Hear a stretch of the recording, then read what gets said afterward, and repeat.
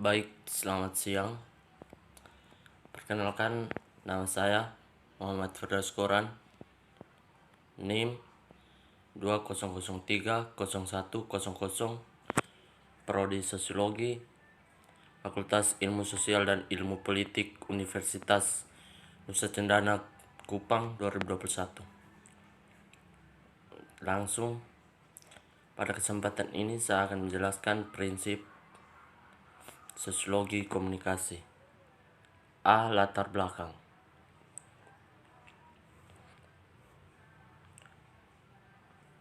Sosiologi sebagai landasan ilmu komunikasi dapat dilihat dari fokus sosiologi yang mempelajari manusia dalam kehidupan bermasyarakat. Dalam kehidupan bermasyarakat, pembentukan kelompok terjadi melalui proses interaksi sosial dan pembentukan masyarakat juga terjadi melalui proses interaksi antar kelompok. Proses pembentukan interaksi kelompok dan masyarakat luas itu terjadi melalui komunikasi.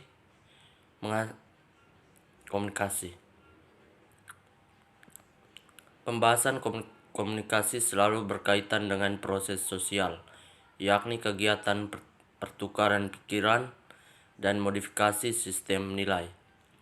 Hal tersebut dapat dilakukan bahwa komunikasi sosial disebabkan di sebuah masyarakat merupakan proses yang tidak bisa dilepaskan dari sistem nilai masyarakat itu sendiri.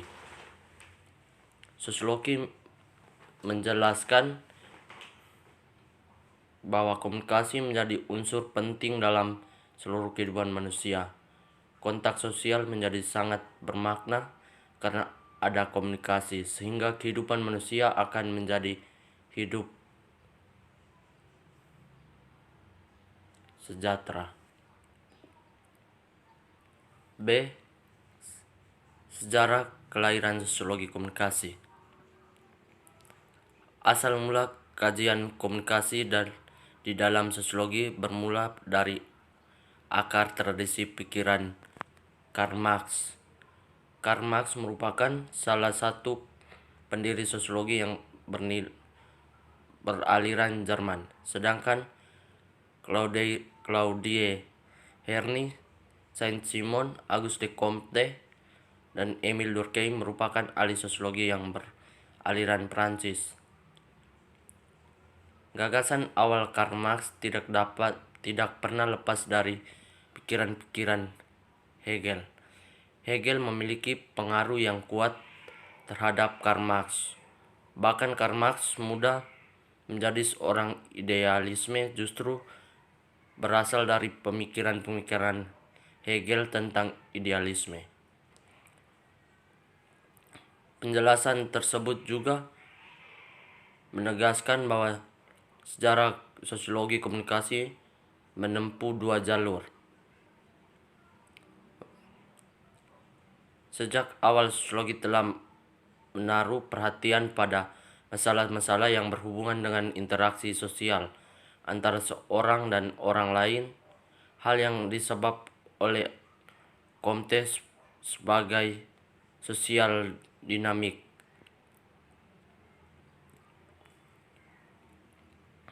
C.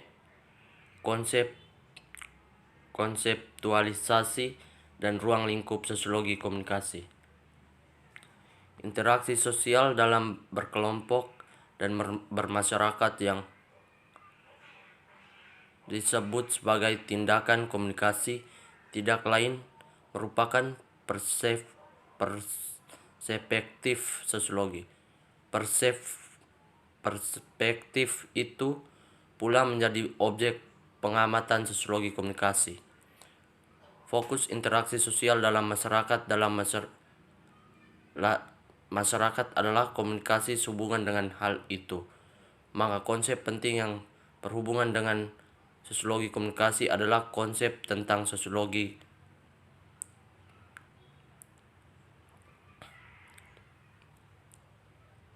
Konsep-konsep tersebut yang kemudian melarikan studi-studi integratif serta terkait satu sama lain sehingga melahirkan studi internal sehingga sekaligus juga sebagai ruang lingkup dalam studi sosiologi komunikasi. 1. Sosiologi. Kata sosiologi adalah berasal dari kata Sophie yang berarti cocok tanam atau bertanam. Kemudian berkembang menjadi socius, bahasa Latin yaitu berarti teman atau kawan. Selanjutnya berkembang lagi menjadi kata sosial yang berarti berteman, bersama atau berserikat. Hubungan dan pengaruh timbal balik antar aneka macam gejala-gejala sosial, misalnya antar gejala ekonomi dengan agama, keluarga dengan moral, hukum dengan ekonomi, gerakan masyarakat dengan politik. 2. Masyarakat. Menurut Ralph Linton, masyarakat merupakan sekelompok manusia yang telah hidup dan bekerja sama cukup lama sehingga mereka dapat mengatur dan mereka menganggap diri mereka sebagai suatu kesatuan sosial dengan batas-batas yang dirumuskan dengan jelas.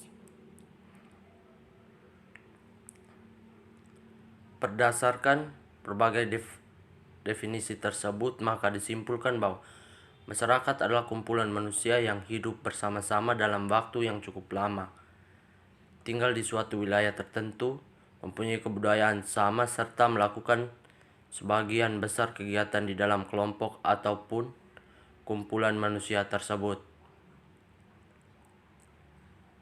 3. Teknologi telematika. Istilah telematika lebih ke arah penyebutan kelompok teknologi yang disebutkan secara bersama-sama, namun sebenarnya yang dimaksud adalah teknologi informasi yang digunakan di media massa serta teknologi telekomunikasi yang umumnya digunakan dalam bidang komunikasi lainnya. Sementara itu, istilah teknologi seringkali rancau dengan sistem informasi. Ada yang menggunakan istilah teknologi informasi untuk menjabarkan sekumpulan sistem informasi, pemakaian, dan manajemen. Pendapat ini menggambarkan teknologi dalam perspektif yang luas. 4. Komunikasi.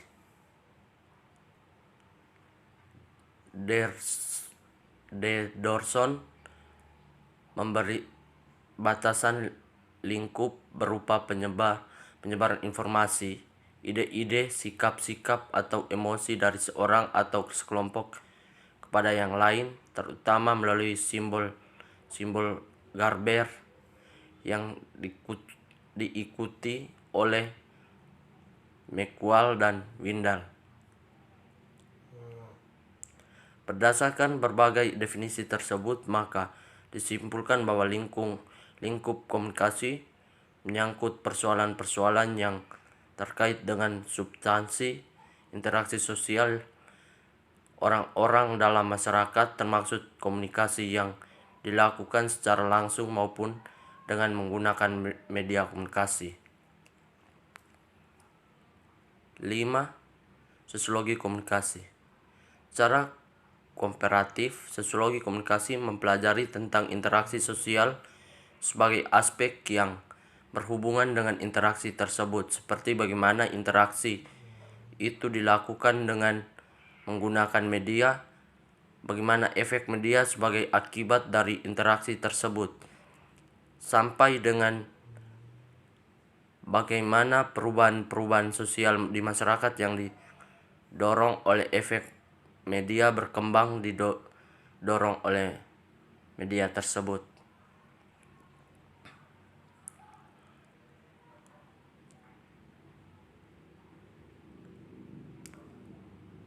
D. Ranah sosiologi komunikasi. Ranah sosiologi komunikasi berbeda dengan studi komunikasi dan sosiologi secara keseluruhan. Dengan kata lain, objek sosiologi komunikasi tidak sama dengan sosiologi secara umum dan tidak mengambil objek komunikasi secara utuh. Akan tetapi sosiologi komunikasi menjembatani studi sosiologi dan studi komunikasi. Jembatan itu dibangun berdasarkan kajian sosiologi tentang interaksi sosial yang dalam sosiologi juga dikenal dengan subkajian masalah komunikasi. Kemudian menariknya ke dalam studi komunikasi yang berkaitan erat dengan perkembangan selanjutnya, studi sosiologi dan studi komunikasi, maka kajian sosiologi komunikasi ini berkembang menjadi kajian tidak bisa lagi dibedakan secara sosiologi dengan komunikasi. Baik, demikian dari saya. Terima kasih. Selamat siang.